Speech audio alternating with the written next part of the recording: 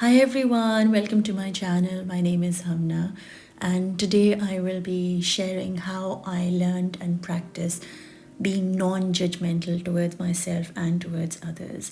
If you haven't seen the video that I posted just a day before, which is about how to cultivate self-love, do check that out because this video is actually connected to that. Now, to give you a little bit of a recap, the 5 points that I shared which helped me towards cultivating self-love were being non-judgmental towards myself and others. The second point was to forgive myself and others. To let go of the past was the third point. The fourth point being get out of your comfort zone and try experimenting new things and bringing in new energy into your life. And number 5 being connect to the source. Now, these were the 5 points that I focused on my journey towards self-love, and I still practice them. And I realized that how about if I break them up for those who are listening, and maybe it'll help them. So today I decided to work on how we can practice, or at least bring to awareness through consciousness, how we can try to be non-judgmental towards ourselves and to others. Now, when I speak about them, the points that I will share with you are generally pointing towards what I personally did and a relationship that I had to build for myself. But these could be translated when you are thinking of other people also, and that's where you will practice non-judgmental towards other people. But we'll start with the 5 points, discussing how you can be non-judgmental towards your own being. Now, you might ask, what does it really mean to be non-judgmental towards yourself? What happens is that when we hear something from only our ears but not our heart, is when we become non-judgmental, because we're not allowing ourselves to feel that what we're hearing. So the point number 1 is to practice listening without the need to respond. This is really, really important. So when you're hearing something, you don't have to hear it for the sake of responding or needing to react. Now, I'll give you a little exercise, and first I'll show you an example. So when you hear a bird singing, right, it's far, far away. When you're just listening to this bird's song, you go into your conscious mind and you say, oh, the song is beautiful and I can hear the bird, and you kind of have this moment of bliss, right? Now, when you are hearing it from your ears, that's all what you're going to get. But when you start hearing from your heart, what you'll start feeling when the bird sings. So you have to get in tune with the feeling of what that sound which the bird is making makes you feel. When you actually go into that feeling, that is when you're aligning your hearing of the ears to the hearing of the heart. Now, one of the practices that I really did in my journey was looking in the mirror, staring right straight in my eyes, and saying the words that come to my mind in that moment that I'm trying to work through. So I look at myself and say something negative or positive. Don't have to judge what it is that you're saying. You just say something to yourself in the mirror and you look straight in your eyes, because eyes are the pathway, the doorway, or the window to your soul. So that what you say, the words that come out of your mouth that you hear through your ears, is about your soul. Now, when you say something to your soul, it will have an effect on you. It will either make you feel joyful or it could make you sad, whatever it may be. Now, you have to promise to be in that feeling. The exercise is not about shifting out of the energy. It's about being with yourself and allowing yourself to feel whatever it is that your words are making it feel. And the more you do this, the more you allow yourself to feel and connect to the words, you are actually aligning that what you speak, that what you hear, and that what you feel, and allowing that to happen without wanting to change it or shift it or question it or run away from it. And it's one of the most powerful exercises that I can share with you. And so that's what it is. You listen without the need to react or to respond, but just listen and connect to what it makes you feel in yourself. Now, the second point is you need to do something, anything that helps you to free yourself from time and space limitation. So, anything that helps you to do it over and over and over again, and you never get bored or you never get tired, and you're like, I can do this for the rest of my life. That is something that you are doing in your physical world that is actually nurturing your inner energetic world, and that really helps. So look up things that make you forget time and space and do them more often. What this does is this creates an inner strength within you that makes you very hopeful, that makes you very resilient, and it really cultivates your faith in your own capabilities.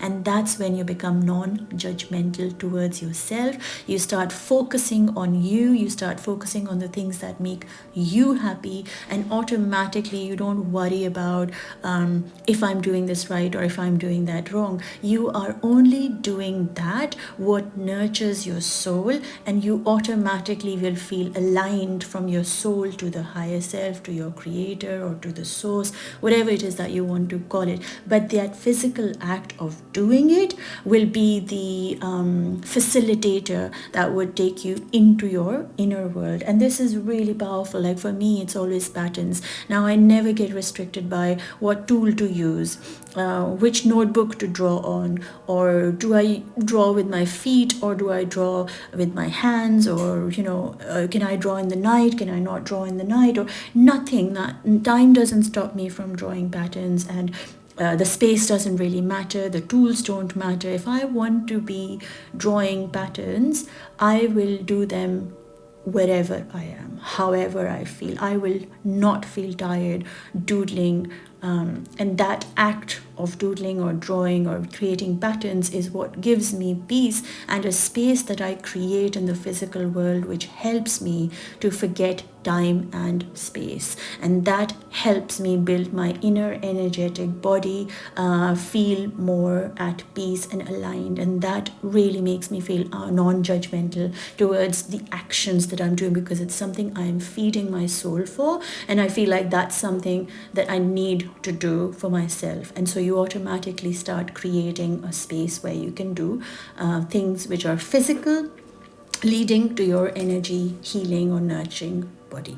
The third thing that I practice very strongly, that I advise, is to be genuinely happy for other people.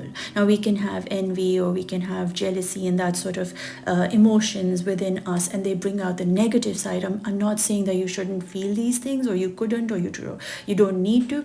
You as a human being have to feel these emotions. You have to allow them to come to surface, but you have to also ask them, why am I feeling jealous? Why am I envious of that what they have?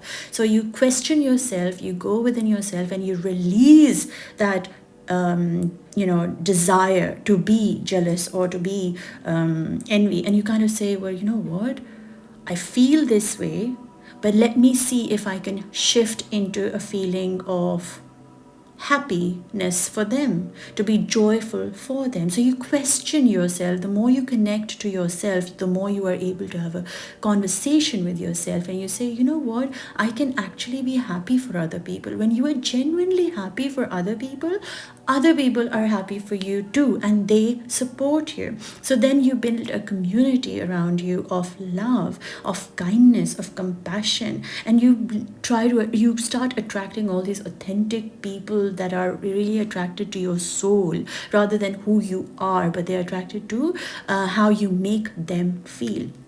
And it's really powerful, because when you have a community around you of like-minded people, you don't feel neither judged or nor feel the need to judge yourself, and you become really non-judgmental. The fourth point is to let go of right and wrong and start seeing things just the way they are. Like always remind yourself that you are doing the best you can in every situation, and in no way like you mean to bring harm or hurt to anyone or anything through your actions. When you start living your life focusing on your intentions, your actions will automatically reflect that, and you will only do the things that are aligned with your highest good, which will help you to have faith and develop a knowing in your own self of who you are. You will become free, like completely free of good and bad, and start taking things just the way they are, like not judging things or situations or experiences, but just accepting them as for that what they are. And you become extremely non-judgmental because you don't care about what's happened in the past, but you also don't care about what's coming in the future. You are very much present in the moment, and you become accepting to whatever is just is. The last point, which is the most important one, is trust the source and tune into it. Your soul comes from the source, and source of all beings, whatever name you want to call it, God, Bhagwan, higher self, universe, whatever it is that you want to call it, it is the source of light. It is the source of goodness. It is the source of love, compassion, kindness, and respect. When you tune yourself into the source, you realize that there is beauty even in the ugly. For ugly is what you are choosing to see, because every story has two sides. When you choose to see the ugly, there is always a side that is full of beauty. Like every situation, every person, every experience that you might have or think is bad, ugly, or unfair will definitely have a side of good, beauty, and fairness. You will only see one side though, depending on your own perspective and where you are in your understanding of life. But when you trust the source, the source leads you to question less and submit more, surrender more, and become really present.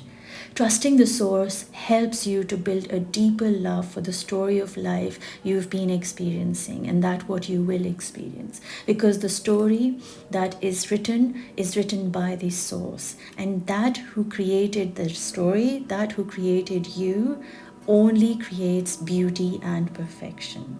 Trusting the source helps you to let go of control and focus on not wondering how many lemons you're going to get, but rather what will you do with the lemons when you have them in your hand, or those that you have in your hand today. Trusting the source calms your nerves down and helps you to bring peace in the heart. That what you have in your heart is that what you start sharing with others also, and that becomes peaceful. That's what you start sharing with other people. Peace. And peace is what people are craving for these days. So when you start sharing peace with other people, you automatically attract peace in your life. And the one thing I've learned is that peace only comes with your connection with your own self, and that connection comes from your creator. The moment you create a connection with your creator, you have a connection with yourself. The peace starts literally coming down into your being and helps you become a source of light for others. So when that starts happening, you trust in the source, you automatically recognize that your story is a co-creation with your creator, and that automatically helps you to ground yourself and become non-judgmental towards that what is being written for you, not to you or to create anything for you. It's all for you, and you automatically let go of control and release the idea of judging yourself and being mean to yourself, but rather feel more deserving of life to give you everything that you desire to have, everything, every single thing. And I hope that these 4 points help you in some way, guide you, ground you, give you some light, give you some hope, and helps you in whatever way that you needed to be guided in this moment in time. If it does, please share, like, subscribe, and click the notification button. Let me know in the comment section if it resonates with you or not, if the points help you or not. If there's something that you'd like me to make a video for, do let me know that also. I will be sharing the 4 points of self-love one after the other through my videos. If you'd like to get a reading done, like an energy reading, or have consultation towards anything that you're working through or need some help or guidance with, I'm here to help you. You can contact me through the details that are in the description below. But I'll see you guys in the next video. I'm sending you lots of love, light, and peace, everyone. Enjoy yourselves and love yourselves for who you are, because you are amazing.